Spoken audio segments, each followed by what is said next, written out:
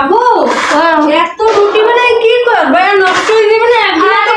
নষ্ট হবে কেন পাগল? রুটি বানাইলে কি নষ্ট হয়? এগুলো ফ্রিজে ফ্রোজেন করে রেখে দেবো, 3-4 দিন আমরা খেতে পারবো। কেমন রাখবা? দেখবা কিভাবে রাখি। এই যে সব রুটি এইভাবে রাখবা। এই যে এই একটা বক্স দেওয়া, বক্স দেওয়ার পরে একটা এই পরিষ্কার, তুমি রঙিন কাপড়ও নিতে পারো, সমস্যা নেই। সাদা কাপড় নিতে হবে এমন কোনো কথা নাই। তো এই কাপড় বিছিয়ে রেখে তারপরে এই এক একটা রুটি এভাবে রেখে দেবে। তা যদি ঘেমেও যায় কাপড়টায় চুষে নেবে, তোমার রুটির কিচ্ছু হবে না।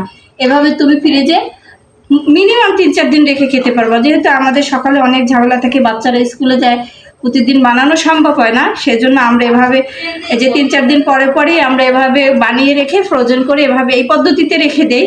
দেখবা তুমি রেখে দেখো নষ্ট হবে না, অনেকদিন খেতে পারবা। আর প্রতিদিন সকালে এই রুটি বানানোটা একটু হ্যাসেলের কাজ হয় না, আর বাচ্চারা স্কুলে গেলে তো একেবারেই ঝামেলা। তো আমরা হালকা সেকে রাখছো? হ্যাঁ হ্যাঁ, একটু এই যে ভেজে তারপরে তাওয়ায় দিয়ে হালকা সেকে তারপর সুন্দর করে এভাবে রেখে দিয়েছি, একবার সুন্দর ফ্রেশ থাকবে। বাহ, তাহলে ভালোই। এখন থেকে আমি এরকমই করবো।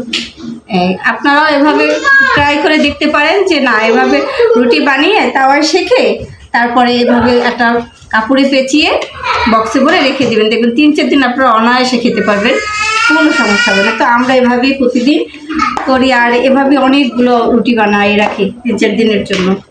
তো এভাবে সবাই ট্রাই করে দেখতে পারেন যে না, রুটিগুলো এভাবে রাখলে অনেকদিন ভালো থাকবে, আর আপনাদের ঝামেলা একেবারেই কমে যাবে। দেখবেন প্রতিদিন রুটি বানানোর ঝামেলা থাকবে না।